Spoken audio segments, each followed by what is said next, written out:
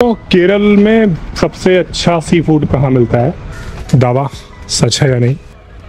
भारत भोजन यात्रा का सबसे अहम पड़ाव मेरे लिए था पर्सनली यहाँ तक आना, और सामने वास्को डी गामा स्क्वायर है। समय है कि कोची के फ्यूजन बे रेस्टोरेंट में, और हमसे बोला गया था कि कई लोगों ने बोला कि यहाँ का जो सी फूड है वो उसको मिस ना करे करके, और ये बात लोकल लोगों ने की। तो ये ग्रीन सॉस में प्रॉन्स है जो कि एक पोर्चुगीज प्रिपरेशन है, पुर्तगालियों की डिश है। ग्रीन सॉस में हमें बताया गया लहसुन है, धनिया है और बेकार मसाले। देखते हैं कैसा होगा।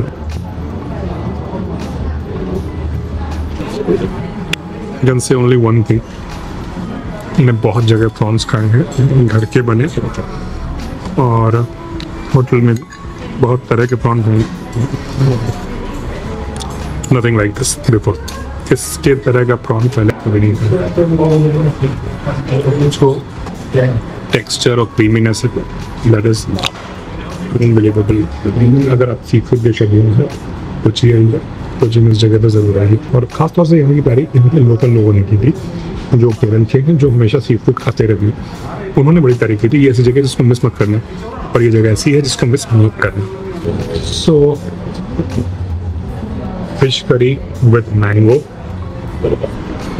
आम के साथ फिश करी और चावल ये आ चुका है। ये केरला राइस जिसको बोलते हैं, ये है फुला हुआ चावल, और बोला गया ये पोर्चुगीज स्टाइल से बनाया गया चावल, थोड़ा बहुत पुलाव जैसा। आई डोंट नो कैसा होता है, बट फिश करी देखने में बड़ी अच्छी लग रही है। खाने में कैसी है देखते हैं। हालांकि एक अंतर जो मैं यहाँ पर देखता हूँ वो ये है कि ऊपर पर अपने से कुछ भी खाना देंगे, थोड़ा बहुत प्याज नींबू खीरा देते हैं, ऐसा कुछ नहीं है यहाँ पर। जैसा कि नाम से पता चलता है कि मैंगो है तो इसमें हल्का सा खट्टापन होगा।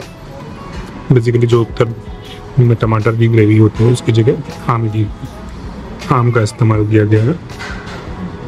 मिर्च है, तीखा है, और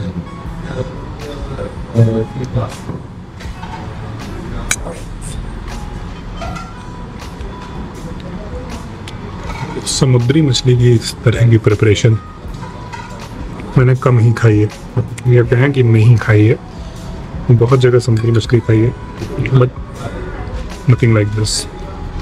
तो एक होता है कि अच्छा खाना मिलता है, एवरेज खाना मिलता है। एक होता है कि ऐसा खाना लाजवाब जैसा आपको कहीं और नहीं मिल रहा है। फ्यूजन बे सी फूड के मामले में वैसा ही स्वाद है।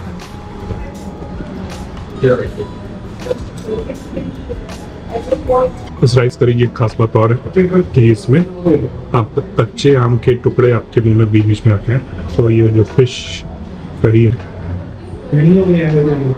This is something out of the world.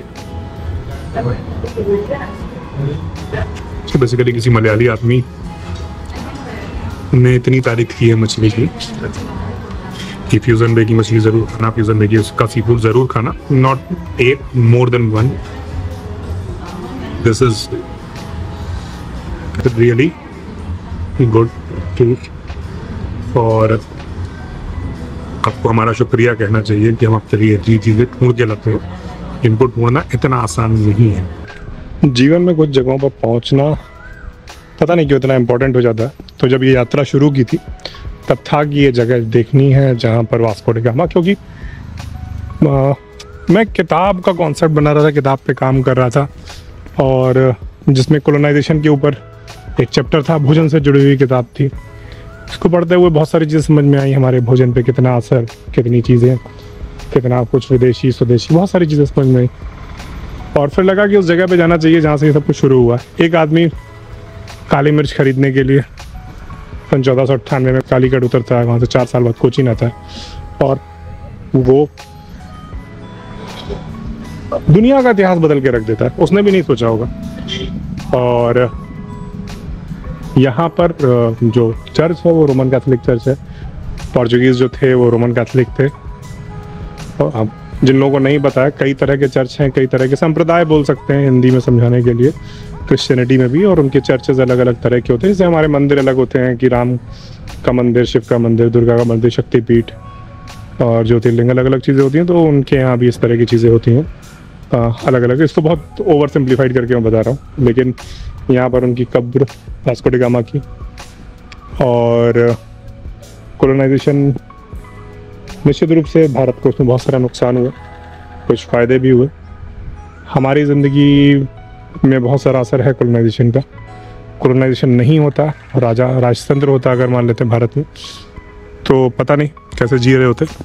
लेकिन हाँ, संविधान है, धर्मनिरपेक्षता है, मॉडर्निटी है, बहुत सारी आदतें बदल गई हैं, परंपरा, प्रतिष्ठा, अनुशासन भी है।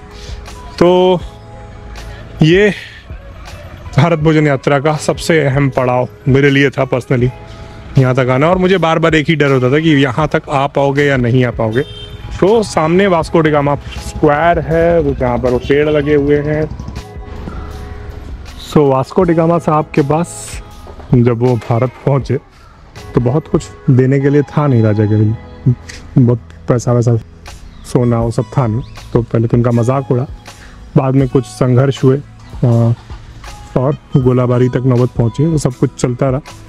लेकिन वास्को डी गामा के बाद, वास्को डी गामा के समय में अक्सर कहता उनका उद्देश्य व्यापार करना था, और व्यापार पे वो कंट्रोल चाहते थे। जहाज़ भर के ले गए, 2-3 गुना पैसा हो जाता था, इस तरह से अमीर बन जाते थे। लेकिन उसके बाद ब्रिटिश आए तो चीज़ें बदल गई, कंपनियां आ गई, और फिर वो लालच हवस बढ़ता चला गया। वास्को डी गामा 1538 तक यहाँ दफन रहे। उनके मरने के बाद इनको यहीं दफन कर दिया गया। बाद में उनके लड़के ने आकर उनकी अस्थियों को यहाँ से ले गए। पुर्तगाल में जो उनका घर था वहाँ पर खूब सारे बड़े बड़े पुराने पेड़ देख के लगता है 100 साल से ज़्यादा पुराने पेड़ होंगे। और यहाँ पर ही सेंट फ्रांसिस चर्च है। यहाँ आना चाहिए, शहर में आपको आना चाहिए, मैं इतना ही बोल सकता हूँ। ये शहर कमाल का है। तो केरल में सबसे अच्छा सी फूड कहाँ मिलता है?